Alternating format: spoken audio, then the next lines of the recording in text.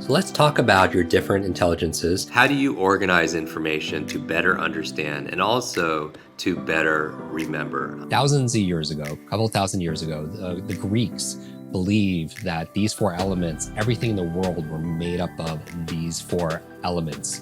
How do I calm and quiet my mind?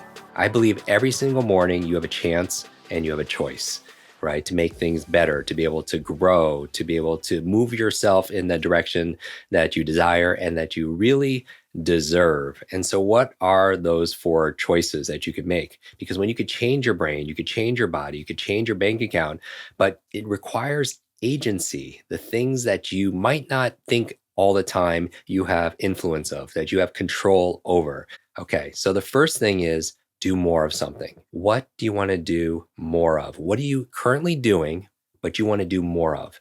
Maybe it happens if we're talking about your brain, maybe it's eating more of those brain foods, right? Those avocados, the blueberries, the wild salmon, right?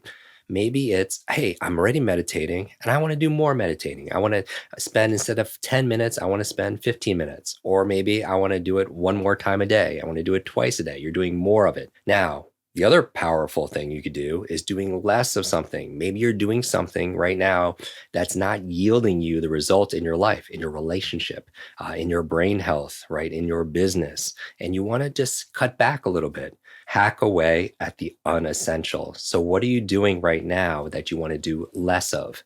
Maybe it is binge watching your favorite streaming show. Maybe you want to cut back a little bit and spend 30 minutes less, one less episode a day. Maybe it happens to be staying in bed a little bit. Maybe you're spending too much time in bed and you want to be able to get out of bed more quickly and you spend less time doing that. Maybe you want to spend less time procrastinating. What is the habit or the routine, the behavior you're currently doing, but you'll get benefit by just hacking away and reducing it? You don't have to eliminate it, but you're reducing it. Now, the third choice you can make to be able to change your brain, your body, your business, or anything in your life is, what do you want to start doing? What does that mean? How's that different than doing more of? You're not currently doing it, but you want to start it. All right. And remember, you don't have to go from not working out to starting doing an hour workout every single day. What's a small, simple step that you want to start? Maybe it's just a 15-minute walk. Maybe you've heard me talk about having a dream journal and the power of remembering your dreams. Maybe you want to start doing that. And your small, simple step is going online and buying a journal and keeping it by your nightstand. Maybe it's next time you're at the grocery store, you buy those blueberries, right? You make that brain power smoothie. You're taking a small, simple step. What's good for your brain? And then finally, the fourth decision you can make each day to better your brain, your body, your bank account is to stop doing something. So you're not just doing it less, you're going to commit to stop doing that thing. So what are you doing? Here's the question: that's hurting you, that's harming you, that's taking you away from your goals, that things that really light you up, right? And the things that sometimes, if you're honest with yourself, you complain or you make excuses, because the truth is you can't be upset by the results you didn't get from the work you didn't do. So what do you want to stop doing? And think of all the benefits you will gain from stopping something. There's a great book from Jim Collins, Good to Great, says, say no to good so you can say yes to what? To great, right? That good is the enemy of great. So what do you want to stop doing that might even be good, but it'll leave you more room, some time and attention, some space in your life to be great at something else, especially great for your brain.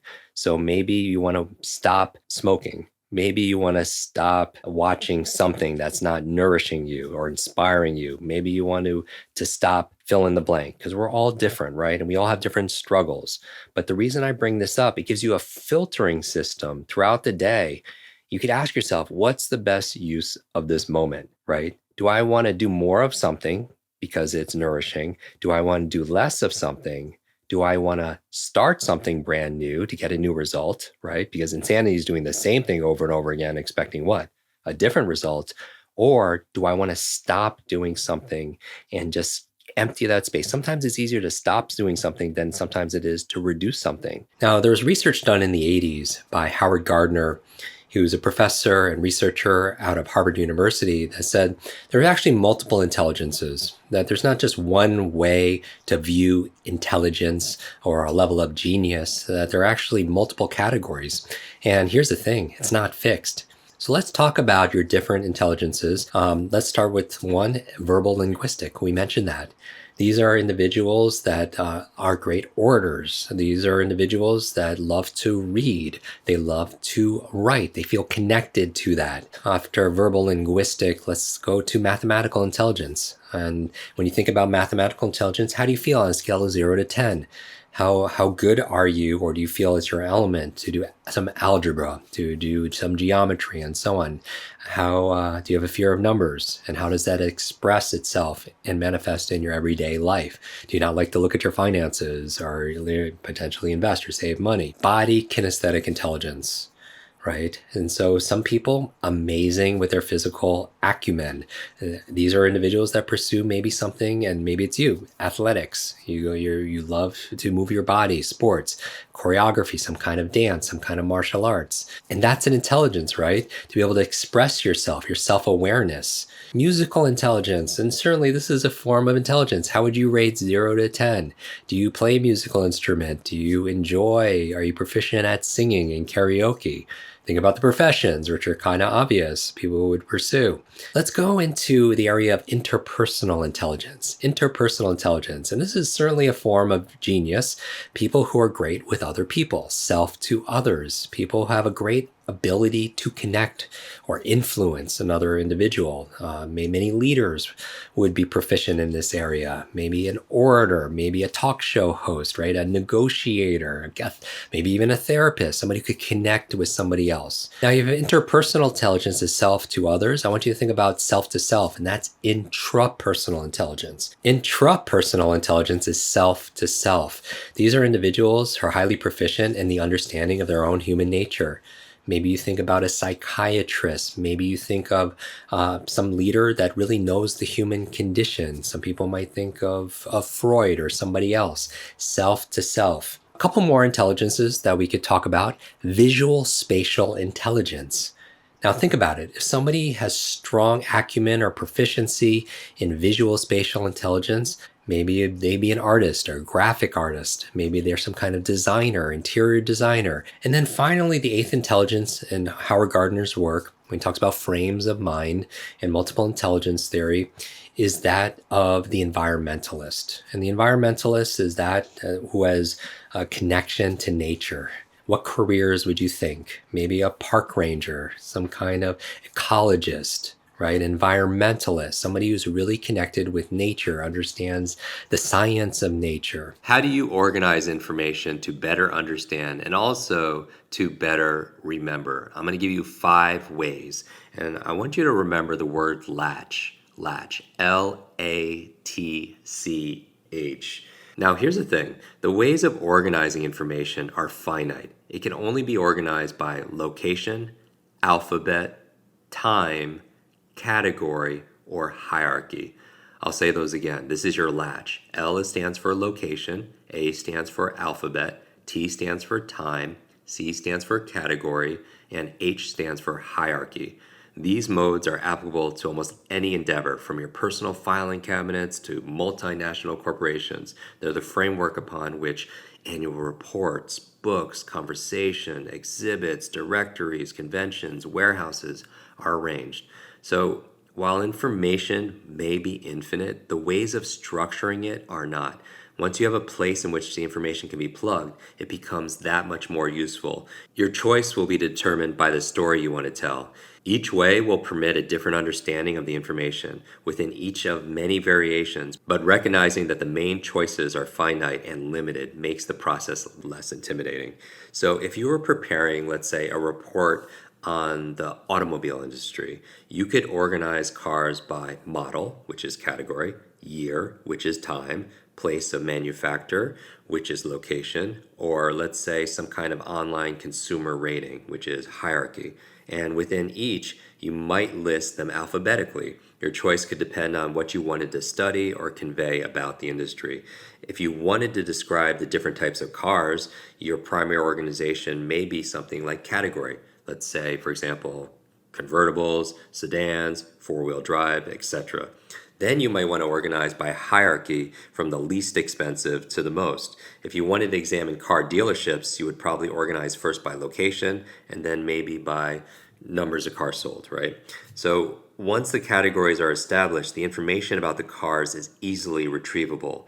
Each way of organizing will permit a different understanding, and each lends itself to different kinds of information, and each has very certain reassuring limitations that will help make the choices of how the information is presented easier. Thousands of years ago, a couple thousand years ago, the Greeks believed that these four elements, everything in the world, were made up of these four elements. And these elements, in no specific order, of course, you know that there's air, there's fire, there's earth, and there is water. How can you interject and install, if you will, more of these elements from nature into your morning and evening routines to help you become a limitless learner and also to up level your limitless life?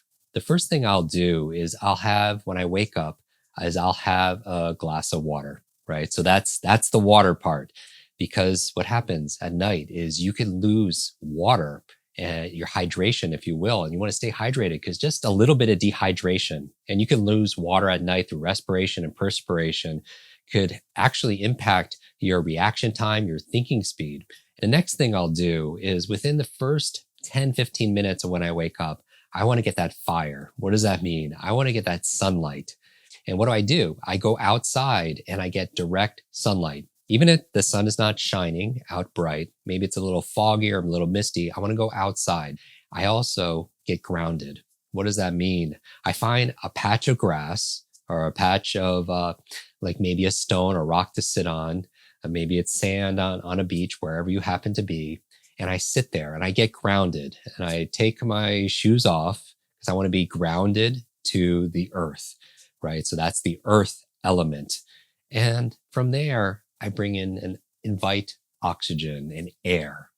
What does that mean? Of course, my breathing exercises.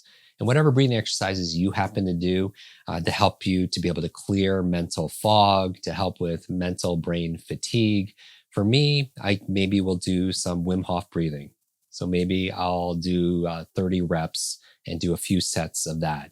We've talked about in previous episodes, box breathing, alpha breathing, fire breathing, whatever methodology you subscribe to.